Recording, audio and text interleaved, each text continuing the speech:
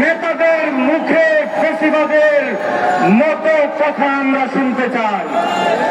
আমরা দেখতেছি তারা ফেসিবাদের সুরে সুর মিলিয়ে কথা বলতে চায়, ইসলামের বিরুদ্ধে কথা বলতে চায় না। পরিষ্কার বক্তব্য, ফেসিবাদ বলতে না, তাদেরকে বাংলাদেশে রাজনীতি করতে আমরা দেখতে চাই না।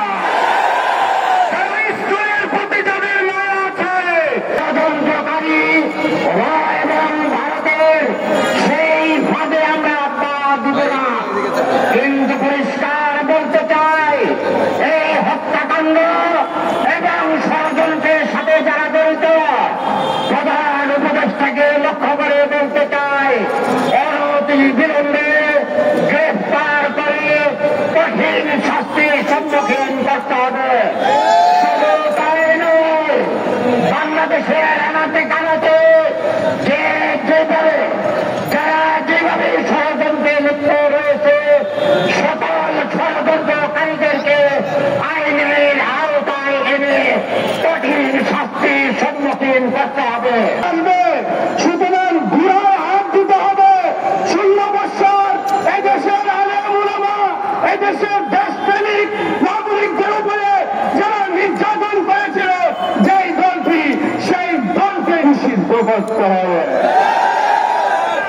আমার ইসকন আজকে আমাদেরকে যেটা চাচ্ছে আমরা সেটা করব না। তারা চাচ্ছে আমাদেরকে হত্যা করে, সাইফুল ইসলামকে হত্যা করে, আরো অনেকের গায়ে হাত দিয়ে আমরা যাতে আইন হাতে তুলে নেই। পরিষ্কার কথা, আমরা নিজেদের হাতে আইন তুলে নেব না। সংগ্রামী তৌহিদি জনতা, আজ এই বিক্ষোভ সমাবেশের মাধ্যমে আমরা আমাদের হৃদয়ের ব্যথাটুকু জাতির সামনে, মানুষের বিবেকের সামনে উপস্থাপন করার জন্য এখানে সমবেত হয়েছি। আমরা স্পষ্ট ভাষায় বলতে চাই, এটা আমাদের বুঝতে কোনো কষ্ট হচ্ছে না যে আজকে সুপরিকল্পিতভাবে একটি সাম্প্রদায়িক উস্কানির মাধ্যমে বাংলাদেশে সাম্প্রদায়িক দাঙ্গা বাঁধানোর পরিকল্পিত পায়তারা চালানো হচ্ছে।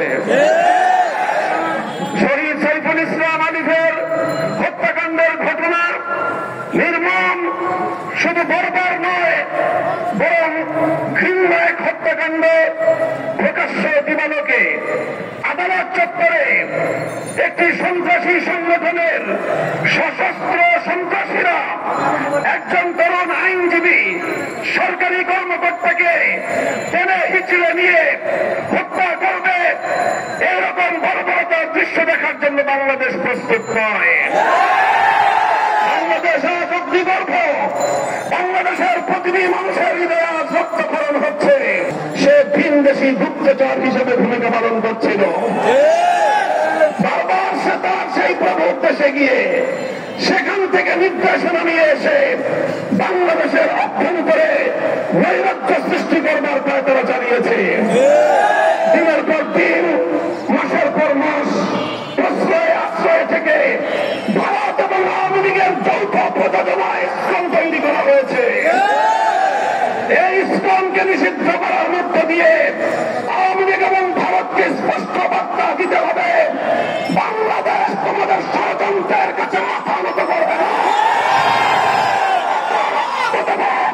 আমরা জীবন দেব, আমরা লড়াই করব, বাংলাদেশের গৌরব রক্ষা করব।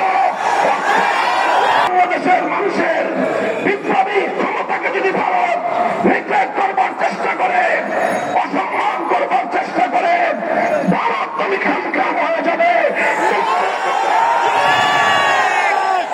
পার্শ্ববর্তী কোন একটি দেশের সঙ্গে তুমি সুসম্পর্ক রক্ষা করতে পারোনি। প্রতিটি রাষ্ট্রের আভ্যন্তরীণ বিষয়ে হস্তক্ষেপ করে তুমি সার্ক অঞ্চল থেকে তুমি একঘরে হয়ে গিয়েছ। তোমার পাশে কোন দেশ নাই।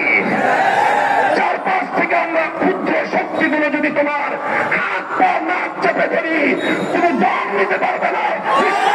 শহীদ সাইফুল ইসলাম আলিফ হত্যাকাণ্ডের জন্য প্রত্যক্ষ এবং পরোক্ষভাবে যারা যারা জড়িত, অনতি বিলম্বে তাদেরকে আইনের আওতায় এনে দৃষ্টান্তমূলক শাস্তির ব্যবস্থা করতে হবে। সেই সঙ্গে সন্ত্রাসবাদী, জঙ্গিবাদী